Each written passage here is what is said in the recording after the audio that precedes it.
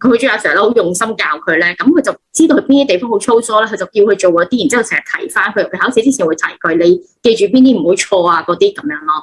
咁佢就算做功課俾佢翻到嚟，佢唔識咧，咁佢會可以問翻佢嘛。以前我就覺得佢係即係只係做不停做嗰陣時就識，但係考試就睇唔到個效果出嚟。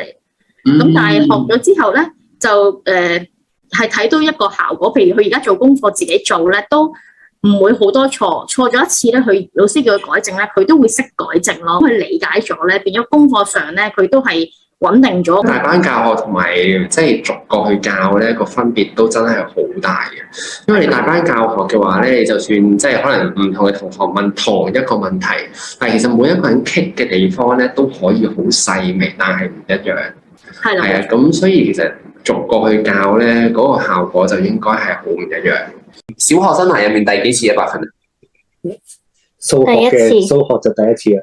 咁你覺得 iMath 幫唔幫到你啊？喺今次考試上面，平時同佢練習啦，幫佢準備佢要考試嘅內容啦，一路咁樣同佢溫習啦，喺呢方面幫到佢好多啦。咁爹哋咧，你覺得我哋 iMath 咧值唔值得推薦俾其他家長？值得嘅，因為係真係幫到佢有進步啦，同埋佢 keep 住個成績越嚟越好啦。計算可以計得快少少咯，同埋可以理解得快啲。啱啱嚟嗰時，佢就真係好要求自己，我每一個英文字我都要識點解啊。但係依家就係教咗佢，可能你有啲係人名，或者有啲係啲嘢，咁其實你都未必需要知道佢係點解。咁你最緊要係分清楚，我哋係咗加減乘除。我見佢呢一 part 係真係進步咗噶。媽媽覺得我哋同出邊有啲乜嘢叫做最大嘅分別係乜嘢咧？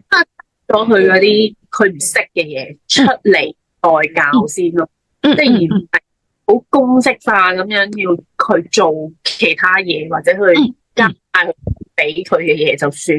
即係出邊可能就淨係順住學校教咗乜嘢，咁我又同你做啦，咁都冇你話啦，你係識啊定係唔識啊？咁我哋就真係每一個 topic 佢真係唔識，可能嗰幾堂都會同佢叫做重點練習咁樣咯。啲老師都好細心啦，同埋好主動會聯絡，即係好似考試啊嗰啲內容啊，即係好主動會聯絡翻，同埋佢有。